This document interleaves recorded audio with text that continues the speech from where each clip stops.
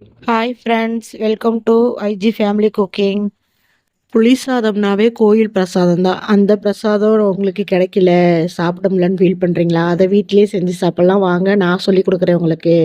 ஒரு கடாய் வச்சு 2 ஸ்பூன் மல்லி போட்டுக்கோங்க, 10 மிளகாய் போட்டுக்கோங்க. இதை வறுத்து விடுங்க.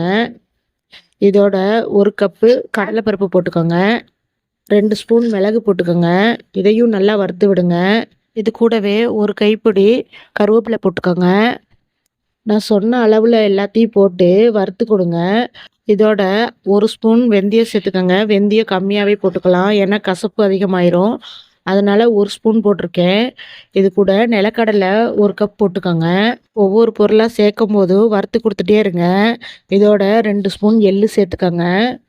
சேர்த்து விட்டு சூப்பராக ஒரு வாசனை வரும், அது வரைக்கும் நல்லா வறுத்து விட்டுக்கோங்க. இந்த மாதிரி நல்லா வறுத்து வந்தோடனே அடுப்பை ஆஃப் பண்ணி தனியாக எடுத்து வச்சுருங்க. ஒரு கடாயில் 2 ட்ராப் ஆயில் விட்டு கட்டி பெருங்காயத்தை இந்த அளவுக்கு போட்டு பொரித்து எடுத்துக்கலாம். கட்டி பெருங்காயம்னா சூப்பராக வாசனையை கொடுக்கும், அதனால தான் நான் கட்டி பெருங்காயம் சேர்த்துருக்கேன். உங்கள்கிட்ட இது இல்லைன்னா தூள் பெருங்காயம் கூட சேர்த்துக்கோங்க. வறுத்த பொருளோட சேர்த்துடலாம். அதே கடாயில் 1 கப் புளி தண்ணி சேர்த்துடலாம். நான் இதை 5 பேர்த்துக்கு செஞ்சுருக்கிறேன், அதனால் எனக்கு தகுந்தாப்புல புளி எடுத்து கரைச்சி தண்ணி ஊற்றிக்கிட்டேன். உங்களுக்கு எவ்வளோ வேணுமோ அவ்வளோ போட்டுக்கோங்க. இதுக்கு தேவையான அளவு உப்பு போட்டுக்கோங்க. 1 ஸ்பூன் மஞ்சத்தூள் போட்டுக்கோங்க. 3 பொருளையும் சேர்த்து இதை நல்லா கிண்டி விட்டு கொதிக்க விடுங்க. கொதித்து வரட்டும். அதுக்கிடையில் நம்ம வறுத்த பொருளை அரைச்சிட்டு வந்துடலாம். இதை பாருங்கள், இந்த மாதிரி அரைச்சி எடுத்துக்கோங்க. ரொம்ப நைஸாலாம் அரைக்க வேண்டாம், கொஞ்சம் கொரகொரப்பாக இருக்கட்டும். அப்போ தான் சாப்பாட்டில் போட்டு சாப்பிடும்போது சூப்பராக டேஸ்ட்டாக இருக்கும். நான் காமிச்சிருக்கிற மாதிரி இந்த மாதிரி பொடி அரைச்சிக்கோங்க. அரைச்ச பொடியை கொதிச்சுக்கிட்டு இருக்கிற ரசத்தில் 1 ஸ்பூன் சேர்த்து விட்டுருங்க. அதுக்கப்புறம் ஒரு 5 நிமிஷம் கொதித்து வரட்டும். இது கொதிச்சுக்கிட்டு இருக்கையில் நம்ம சாப்பாடு ரெடி பண்ணிடலாம். சாப்பாடு நான் முன்னாடியே வடித்து எடுத்துட்டேன், அதை ஆற வச்சுருக்கேன். பாருங்கள், சாப்பாடு தனித்தனியாக இருக்கு. இந்த மாதிரி தனித்தனியாக தான் இருக்கணும், அப்போ தான் நல்லாயிருக்கும். சாப்பாடு கிண்டுறதுக்கு முன்னாடி கொதிச்சுட்டு இருக்க ரசத்துக்கு ஒரு தாளிப்பு கொடுத்துடலாம். ஒரு கடாயில் 5 ஸ்பூன் எண்ணெய் விட்டுக்கோங்க. 10 மிளகாய் போட்டு வறுத்து எடுத்துக்கலாம். நான் வீடியோவில் காமிச்ச மாதிரி இந்த அளவுக்கு வறுத்து எடுத்துக்கோங்க. இது எதுக்குங்கிறது பின்னாடி உங்களுக்கு கண்டிப்பாக தெரியும். நல்லா பொரிஞ்சு வந்தோடனே இந்த மாதிரி எடுத்து வச்சுக்கோங்க, தனியாக இருக்கட்டும். அதே எண்ணெயில் 1 ஸ்பூன் கடுகு போட்டுக்கோங்க, 2 கொத்து கருவேப்பிலை போட்டுக்கோங்க, 1 ஸ்பூன் கடலைப்பருப்பு போட்டுக்கோங்க.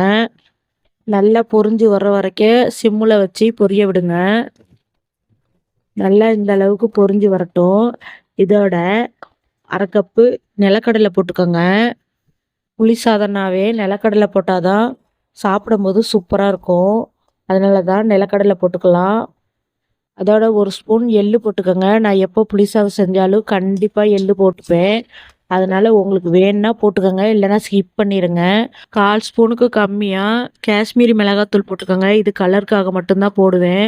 உங்களுக்கு வேணுன்னா போட்டுக்கோங்க, இல்லைன்னா வேண்டானா விட்டுருங்க. இந்த தாளிப்பை அப்படியே எடுத்து கொதிச்சுட்ருக்க ரசத்தில் சேர்த்து விட்டுறலாம். தாளிப்பு சேர்த்து விட்டோன்னே அடுப்பை சிம்மில் வச்சுருங்க. சிம்முலே வச்சு ரசம் 2 நிமிஷம் கொதித்து வரட்டும். அப்போ தான் நம்ம தாளிச்சிருக்கிற அந்த வாசனை எல்லாம் ரசத்தில் ஃபுல்லாக இறங்கி ரசம் சூப்பராக ரெடி ஆகும்.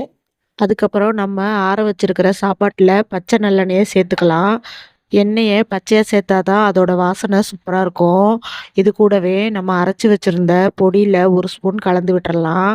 நம்ம முன்னாடியே மிளகாய் வறுத்து எடுத்து வச்சுருந்தோம் இல்லையா, அதை கையிலையே மசிச்சு விடுங்க. நான் காமிச்சிருக்கேன் பாருங்கள், இந்த மாதிரி கையிலையே மசிச்சு விட்டு சாப்பாட்டில் சேர்த்து விடுங்க. இதை ஏன் இப்படி சேர்க்குறோம்னா, டைரெக்டாக நம்ம எண்ணெயில் போட்டு ரசம் வச்சோம்னா காரம் கொஞ்சம் தூக்கலாக இருக்கும். இப்படி செஞ்சோம்னா காரம் கம்மியாக இருக்கும், குழந்தைங்க சாப்பிடவும் நல்லாயிருக்கும். ரசமும் ரெடி ஆயிடுச்சு.